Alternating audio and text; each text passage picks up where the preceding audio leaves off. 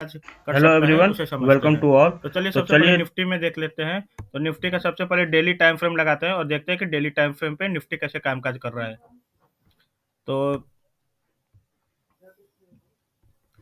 Daily time frame में आप अगर देखेंगे तो निफ्टी कहीं ना कहीं जो इसका इम्पोर्टेंट लेवल था 22,800 उसे ये डिफेंड किया और उसके ऊपर ही पिछले 3 दिनों से अब ये 2 दिनों से ट्रेड कर रहा है। और आज के दिन जो इसका इम्पोर्टेंट रेजिस्टेंस था 23,150 उसके ऊपर ही आज के दिन क्लोज किया है। तो चलिए सबसे पहले 15 मिनट में चलते हैं और देखते हैं कि 15 मिनट में निफ्टी क्या बता रहा है।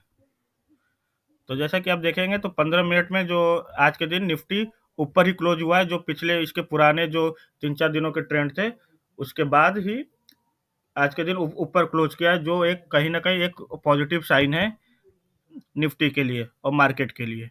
तो अगर कल के दिन 23,150 के ऊपर फ्लैट ओपन होके अगर अगर ट्रेड करता है तो जो अपना पहला टारगेट होगा वो होगा 23,220। और 23,220 के ऊपर निकलता है तो 23,300 और 23,300 के बाद 23,420। अगर कल के दिन निफ्टी अगर गैप डाउन ओपन होता है तो हमें अभी कोई जल्दबाजी में ट्रेड नहीं लेना है, प्राइस एक्शन देखना है, क्योंकि हो सकता है कि नीचे आके ये कहीं ना कहीं ये अपना सपोर्ट ले 23,000 के आसपास और उसके बाद फिर से एक शार्प रिवर्सल हो ऊपर के साइड में। तो चलिए सब अब बैंक निफ्टी देख लेते हैं डेली टाइम फ्रेम में कि डेली टाइम फ्रेम में बैंक निफ्टी क्या कर रहा है।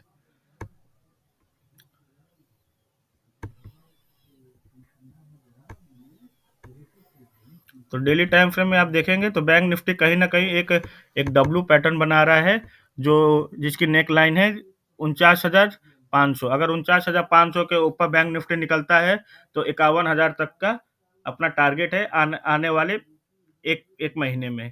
तो चलिए सबसे अब 15 मिनट में देख लेते हैं कि 15 मिनट में बैंक निफ्टी क्या कर रहा है।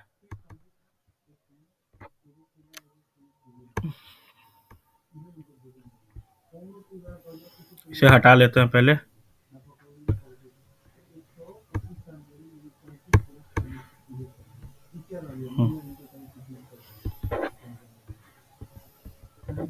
तो कहीं ना कहीं जैसे देखेंगे तो बैंक निफ्टी भी आज के दिन ऊपर के ही लेवल पे क्लोज किया है, जो एक पॉजिटिव है। और कहीं ना कहीं बैंकों के लिए इस बजट में बैंक एक्सपेक्ट कर रहे हैं कि उनके लिए एक जैसे पॉजिटिव हो, क्योंकि और और आरबीआई की भी एक न्यूज़ आई थी कि जिसमें वो मार्केट में लिक्विडिटी ला रहे हैं मार्केट को बूस्ट करने के लिए। तो कहीं न कहीं ये बैंकों के लिए अच्छी खबर है। तो आने वाले दिनों में बैंक निफ्टी ऊपर ही हमें मिल सकते हैं।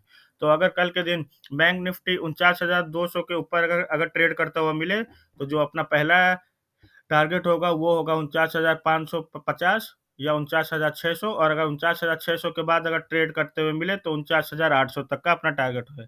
अगर कहीं न कहीं नीचे के साइड अगर कल के दिन अगर गैप डाउन हो जाता है तो नीचे के साइड 49,000 अपना एक सपोर्ट की तरह काम करेगा और हो सकता है कि वहां से फिर से एक बाउंस करे।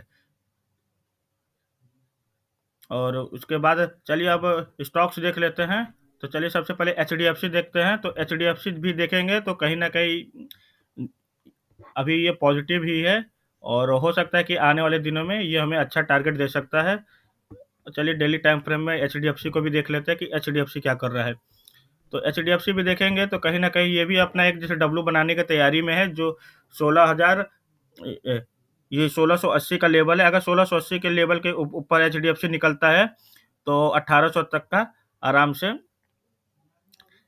टारगेट आ सकता है। और चलिए अब रिलायंस देख लेते हैं। तो रिलायंस भी देखेंगे तो पिछले काफ़ी दिनों से ये नीचे की साइड में ये गिर रहा है और कहीं न कहीं ये अपना सपोर्ट खोजने की कोशिश में है, जो ये 1200 के आसपास है। अगर ये 1200 से अगर ये कल के दिन अगर ये ऊपर की ओर निकलता है तो हो सकता है कि आने वाले दिनों में ये ये 2-3 दिनों में ये 1260 और 1260 के ऊपर ये 1320 तक फिर से आ सकता है। और अगर 1200 के नीचे जाएगा तो रिलायंस तो हमें बड़ा सेल ऑफ देखने को मिलेगा। तो धन्यवाद और मिलते हैं अब अगली वीडियो में।